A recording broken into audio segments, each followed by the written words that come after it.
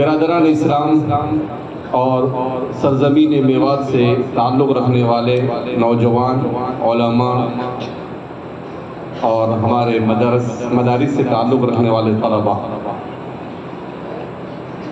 موسم ایسا ہے کہ آدمی اتنا لمبا نہیں بیٹھ سکتا ہے، مگر گرمی اور اللہ کی ننھی ننھی مخلوق آپ کو ستا رہی ہے، اس کے باوجود بھی آپ بیٹھے ہیں۔ اس کا مطلب یہ ہے کہ آپ میں کچھ طلب ہے، اور جہاں اللہ رب العزت اسی میں طلب دیکھتا ہے تو اللہ رب العزت اس کے لیے ترقی کے راہوں کو کھول دیتا ہے۔ تو اس لیے ضرورت اس بات کی ہے کہ ہمارے اندر جو طلب پیدا ہوئی ہے اس طلب کو صحیح ڈائریکشن بتایا جائے، اس کو صحیح سمت دی جائے، اس کو صحیح رخ دیا جائے اور صحیح راستہ بتایا جائے۔ اس ملک ہندوستان میں مسلمان گورنمنٹ کے کہنے کے مطابق 14% ہے، اور دوسرے لوگوں کے ایک سروے کے مطابق 20% مسلمان ہیں، مگر مسلمان بہت سارے مسائل سے دوچار ہیں۔ کل ملا کر ان تمام کے تمام مسائل کا اگر کوئی بنیادی حل تلاش کیا جائے تو وہ وہی حل ہے جس کو اللہ رب العزت نے بھی اپنی کتاب میں بیان کیا، بلکہ اللہ رب العزت نے حضرت انسان کی ابتدا سے لے کر رسالت کی انتہا تک جس پیغام کو انسانیت تک پہنچایا، وہ کیا پیغام ہے؟ اللہ نے حضرت آدم کو بنایا تو اللہ رب العزت نے کیا کہا؟ وَعَلَّمَ آدَمَ الْأَسْمَاءَ كُلَّهَا۔ اللہ نے آدم علیہ السلام کو اپنے ہاتھوں سے بنایا، اور بنانے کے بعد سب سے پہلے جس چیز کا انتظام کیا وہ کس کا انتظام تھا؟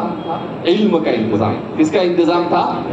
وَعَلَّمَ آدَمَ الْأَسْمَاءَ كُلَّهَا۔ اللہ نے پہلے ان کو کھانے کا انتظام نہیں کیا، اللہ رب العزت نے رہنے سہنے اور شادی کا انتظام نہیں کیا۔ سب سے پہلے آدم کی تخلیق کے بعد اللہ نے انہیں تعلیم سے آراستہ کیا، جس کو یوں کہہ سکتے ہیں کہ انسان کا سب سے پہلا مدرسہ جنت، انسان کا سب سے پہلا معلم خود اللہ رب العزت، اور انسان کا سب سے پہلا اسٹوڈنٹ اور طالب علم حضرت آدم علیہ السلام ہے۔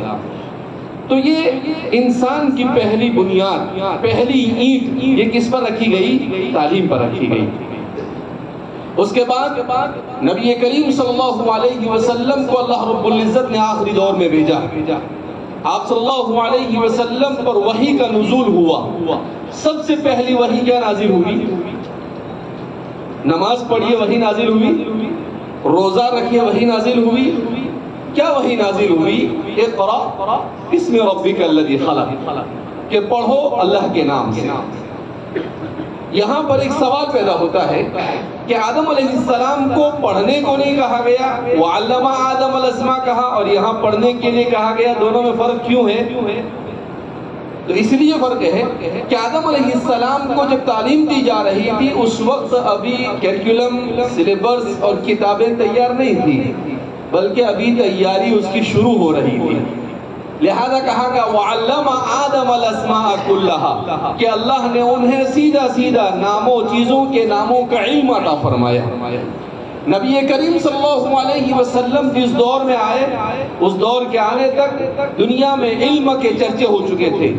تورات، انجیل، زبور اور بہت ساری آسمانی کتابیں، انسان بھی فلسفہ اور منطق اور لاجک پر بہت ساری کتابیں لکھ چکا تھا، تو علم بہت سارا موجود تھا، مگر وہ علم صحیح ڈائریکشن میں نہیں جا رہا تھا، غلط ڈائریکشن میں جا رہا تھا۔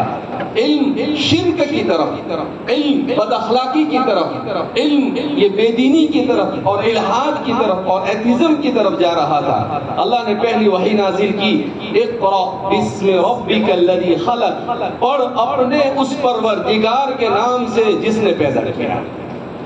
تو علم کا صحیح ڈائریکشن کیا ہے کہ پڑھنے والے کے ذہن و دماغ پر اللہ رب العزت کی محبت سوار ہو جائے، اللہ کا عشق سوار ہو جائے، اللہ سے اس کا رشتہ مضبوط ہو جائے، یہ علم کا بنیادی مقصد ہوتا ہے۔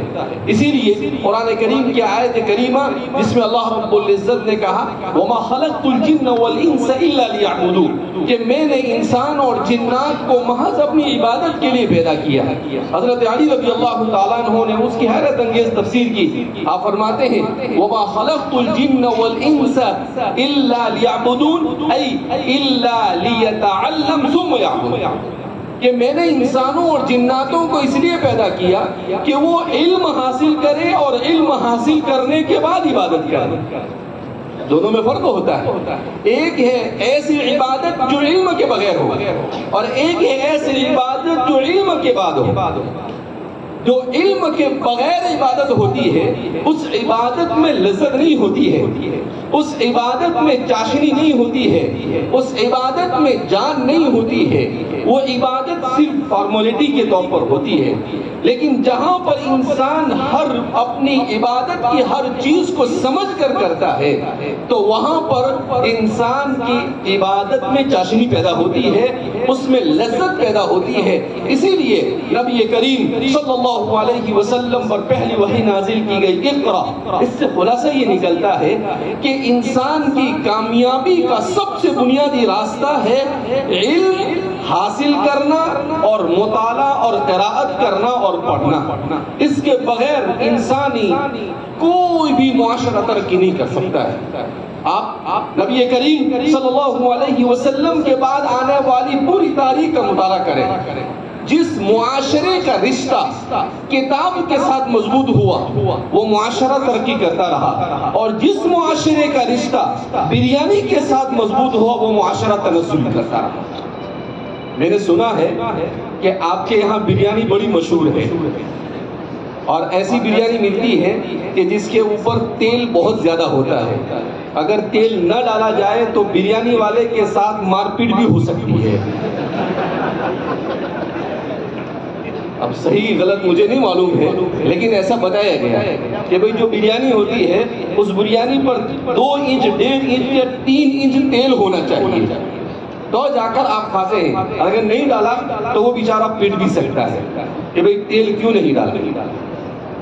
ہمارے معاشرے کو اس تیل کی ضرورت نہیں ہے، دماغ میں علم کے تیل کی ضرورت ہے۔ کس کی ضرورت ہے؟ دماغ میں علم۔ اگر ہم اس تیل کے لیے جھگڑنے کے بجائے اپنے گھروں میں کتب خانے سجانے کے لیے جھگڑیں تو ہمارا معاشرہ ترقی کر سکتا ہے۔ اگر ہم بریانیوں پر صبح فجر کے بعد بھی میوات میں بریانی مل جاتی ہے، اور رات میں 12 نہیں 2 بجے بھی آپ کو بریانی مل جائے گی۔ اللہ نے اس لیے پیدا کیا تھا کہ بریانی کھاتے پھرے ہم، اللہ نے اس لیے بنایا تھا کہ ہم ایسی بریانی کھائے جس پر تری ڈالی گئی ہو، تیل ڈالا گیا ہو۔ اللہ اس لیے نہیں بنایا، اللہ نے یہ گوشت کھانے کے لیے شیر کو بنایا۔ آپ کو معلوم ہے شیر کو ایک وقت میں کھانے کے لیے کتنا گوشت چاہیے؟ 27 کلو گوشت چاہیے۔ کتنا گوشت چاہیے؟ تو اللہ نے اس کو بنایا کہ بھائی تو شکار کر اور کھا جتنا کھانا ہو، لیکن انسان کو اس کے لیے نہیں بنایا۔ انسان کو اللہ نے کیوں بنایا؟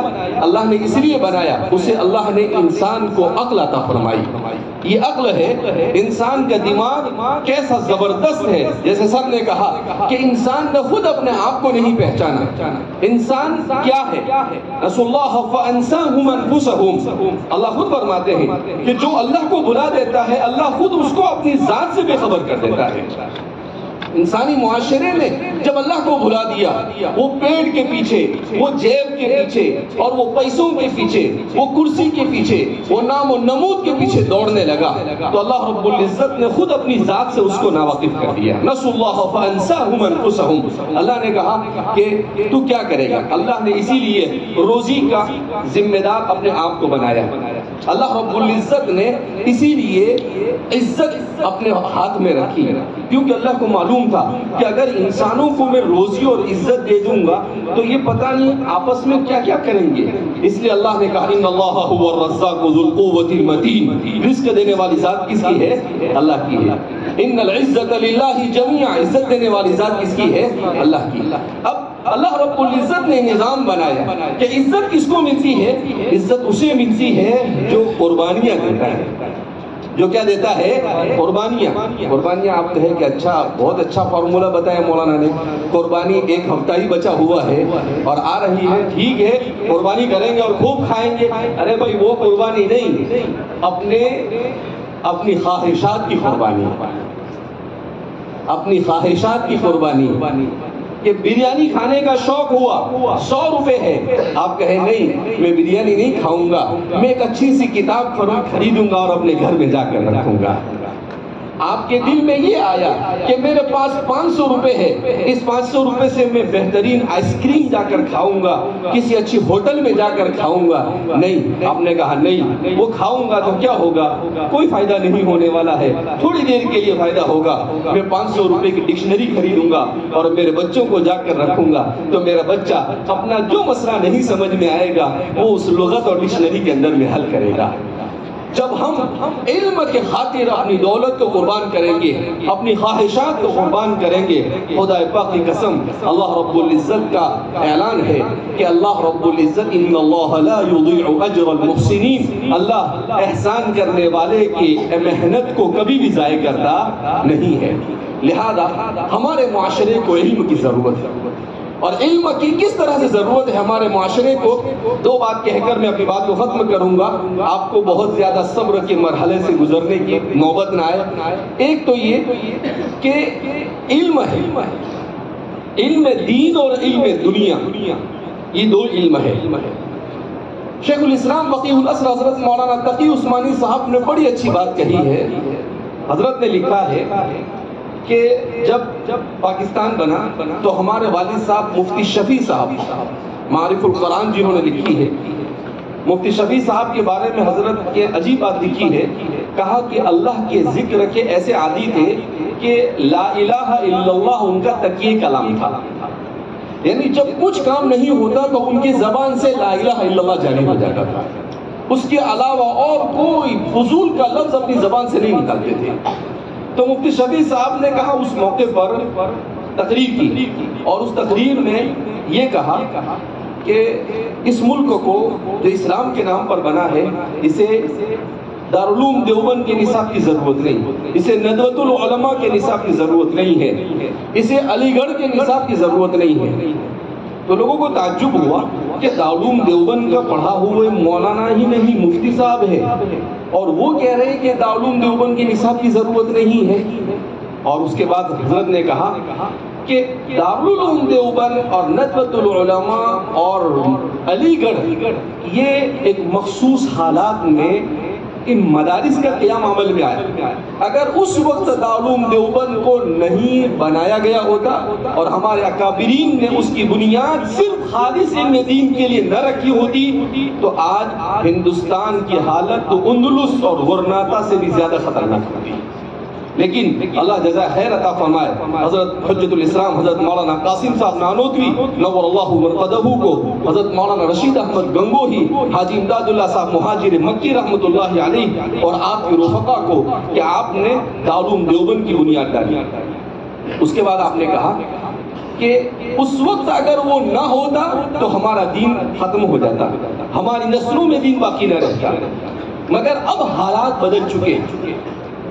مسلمانوں کی تاریخ یہ رہی ہے کہ جامعہ زیتون, جامعہ قیروین اور جامعہ ازہر جو 1000 اور 1200 سال پہلے کی یونیورسٹیاں ہیں, وہاں پر تعلیمی نظام کیا ہوتا تھا.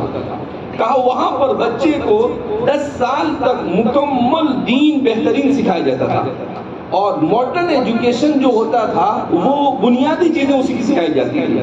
اور پھر اس کے بعد اگر کسی کو تخصص کرنا ہو, اسپیشلائزیشن کرنا ہو, تو پھر وہ ڈاکٹر بنتا تھا, وہ انجینئر بنتا تھا, کوئی محدث بنتا تھا. کہا ہمیں اپنے اس نظام کو جاری کرنا پڑے گا کہ دین کی بنیادی اور اہم تعلیم یہ ہمارا ہر بچہ سیکھے.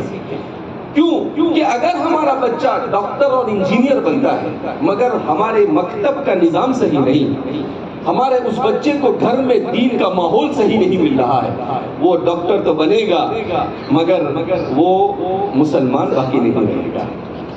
اس کو مسلمان باقی رکھنے کے لیے کیا کرنا پڑے گا؟ ہمیں خود اپنے اداروں کو قائم کرنا پڑے گا۔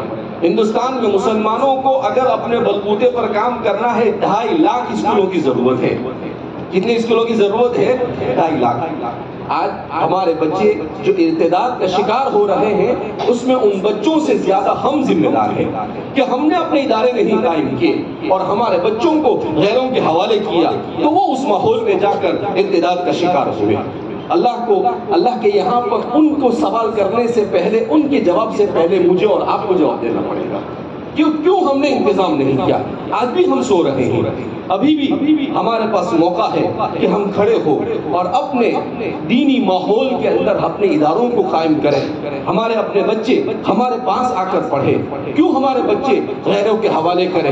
لہذا بڑی فکر مندی کے ساتھ گھروں کے ماحول کو بہتر کرنے کی ضرورت ہے۔ ہمارے والد صاحب ہمیشہ ایک بات کہتے رہتے ہیں، وہ کہتے ہیں مسلمان ڈاکٹر بھی بنے، انجینئر بھی بنے، کلیکٹر بھی بنے، انسپیکٹر بھی بنے، مگر وہ سب سے پہلے سچا اور پکا مسلمان بننا چاہیے۔ اگر وہ سچا اور پکا مسلمان نہیں بنتا ہے تو یہ ساری چیزیں کسی مصرف کی نہیں۔ کیوں کہ دنیا تو ملے گی مگر ہمیشہ کی زندگی آخرت اس کے ہاتھ سے کیا ہو جائے گی؟ چلی جائے گی اور اس کی نسلیں برباد ہو جائے گی۔ اس لیے ارتداد کے جس دہانے پر ہم کھڑے ہوئے ہیں، اس دہانے پر ہمیں بیدار ہونا پڑے گا۔ اپنے بچوں کو جس کی کیپیسٹی ہے کہ وہ دونوں علم اچھی طریقے سے کیچ کر سکتا ہے، اسے دونوں علم سکھانے ہوں گے۔ جس کی کیپیسٹی نہیں ہے اسے دین تو پہلے فرصت میں ہمیں اسے سکھانا ہوگا، اپنے گھر کے ماحول کو دینی بنانا ہوگا۔ اس لیے کہ آج ہم سب کے ہاتھوں میں موبائل آ گئے ہیں، ٹیکنالوجی کے دور سے گزر رہے ہیں اور ٹیکنالوجی 2 طریقے سے ہمیں ہلاک اور برباد کر رہی ہے۔ ایک تو یہ کہ اس موبائل کی وجہ سے اور اس ٹیکنالوجی کی وجہ سے ہم اپنے وقت کو برباد کر رہے ہیں۔ پہلے ایک آدمی کو اگر خط لکھنا ہو دوسرے شہر تو وہ آدھا گھنٹہ خط لکھتا تھا، پھر پوسٹ آفس میں جا کر ڈالتا تھا جب جا کر۔ لیکن آج اگر آپ کو بات کرنی ہے کسی سے تو ایک کال لگاؤ، بات ہو جاتی ہے۔ تو آپ 1 گھنٹے کا جو خرچ ہو رہا تھا وہ کتنی دیر میں ہو رہا ہے؟ 2 منٹ میں ہو رہا ہے۔ لیکن پھر دوسرا سوال پیدا ہوتا ہے، اس کے بعد جو 58 منٹ بچی، ان بچی ہوئی منٹوں کو ہم نے کہاں پر استعمال کیا؟ ہم نے ان کو گیم کھیلنے میں استعمال کیا، ہم نے اسے واٹس ایپ اور فیس بک کے اوپر استعمال کیا، ہم نے اسے صحیح جگہ پر استعمال نہیں کیا۔ جب نہیں استعمال کیا تو یہ ٹیکنالوجی میرا اور آپ کے کسی کام کی نہیں ہے۔ اگر ہم اپنے وقت کو اس پر برباد کر رہے ہیں تو اس پر ہم اپنے بچوں کو موبائل دے دیتے ہیں اور آج کہہ رہے ہیں کہ ہمارے بچے ڈرگ ایڈکٹ بن رہے ہیں، ڈرگز کے عادی بن رہے ہیں، ہمارے بچے پڑھ نہیں رہے ہیں۔ کیوں موبائل دیا اس کو؟ کیا ضرورت ہے آپ کو موبائل دینے کی؟ ہم فخر سے کہتے ہیں ارے میرا 3 سال کا بچہ ہے، ایسا موبائل میں وائس سے جو بھی چاہے وہ یوٹیوب کے اوپر سرچ کرتا ہے، تو کون سا کمال کر دیا اس نے؟ آپ نے اس کو جہنم کی طرف دھکیل دیا ہے۔ اس لیے تربیت کے میدان میں جو ہم پیچھے ہیں اس میں ہمیں سیریس آنے کی ضرورت ہے اور اس کو اپنے ذہن و دماغ پر سوار کرنے کی ضرورت ہے کہ ہم اپنے گھروں کو ایمانی اور اسلامی ماحول سے آراستہ کریں، ہم اپنے اخلاق کو سنواریں۔ حضرت مولانا وسیع اللہ صاحب کی بات ہے کہ اپنی بات کو ختم کرتا ہوں۔ حضرت فرماتے تھے کہ آج کے معاشرے میں دینداری ہے مگر اخلاق نہیں ہے۔ اور آپ نے عجیب بات کہی، آپ نے کہا چاہے کتنی دینداری ہوگی آپ کے پاس، آپ کتنی نمازیں اور تہجد پڑھتے ہوں گے، مگر آپ کے اخلاق صحیح نہیں ہوں گے، جہنم کے بالکل نچلے طبقے میں آپ کو ڈالا جائے گا۔ اور اگر آپ کی دینداری کے ساتھ آپ کے اخلاق اچھے ہوں گے، آپ کی زبان سے آپ کسی کو تکلیف نہیں پہنچائیں گے، آپ کے ہاتھ سے کسی کو تکلیف نہیں پہنچائیں گے اور آپ بہترین اخلاق کے ساتھ زندگی گزاریں گے، عبادت میں کمی ہوگی، اللہ آپ کے اخلاق کی وجہ سے آپ کو جنت کے سب سے اونچے مقام پر پہنچا دے گا۔ اور حدیث پاک میں خود نبی کریم صلی اللہ علیہ وسلم نے ارشاد فرمایا کہ بہت سارے وہ لوگ جو پوری رات عبادت نہیں کرتے مگر حسن اخلاق کی وجہ سے پوری رات عبادت کرنے والوں سے آگے بڑھ جاتے ہیں۔ لہذا ہمیں اپنے اخلاق کی اصلاح کرنے کی ضرورت ہے کہ ہماری گاڑی ہم کہاں کھڑی کرتے ہیں، ہم اپنی گاڑی کیسے چلاتے ہیں، ہم جہاں ہارن مارنا چاہیے وہاں ہارن مارتے ہیں یا نہیں مارتے ہیں، ہم اپنے پڑوسی کو تکلیف تو نہیں دے رہے ہیں۔ تو ایسی ساری چیزوں کو ہمیں اصلاح کرنے کی ضرورت ہے۔ اللہ رب العزت ہم سب کو اپنے بچوں کی صحیح ایمانی اور اسلامی تربیت کرنے کی توفیق مرحمت فرمائے۔ اللہ ہمارے پورے معاشرے کو اخلاق حسنہ سے آراستہ ہونے کی توفیق مرحمت فرمائے، اور اللہ رب العزت میوات میں ایک انقلاب آئے۔ ایک شعر کہہ کر میں اپنی بات کو ختم کرتا ہوں، مجھے بھی شعر یاد نہیں رہتے ہیں لیکن کوئی اچھا شعر ہو تو یاد ہو جاتا ہے۔ وہ شعر میوات والوں کے لیے ہے: آتش برق و گرج سحاب پیدا کر، آتش برق و گرج سحاب پیدا کر، اجل بھی کانپ اٹھے وہ شباب پیدا کر، تو انقلاب کا انتظار نہ کر، جو ہو سکے خود ہی انقلاب برپا کر۔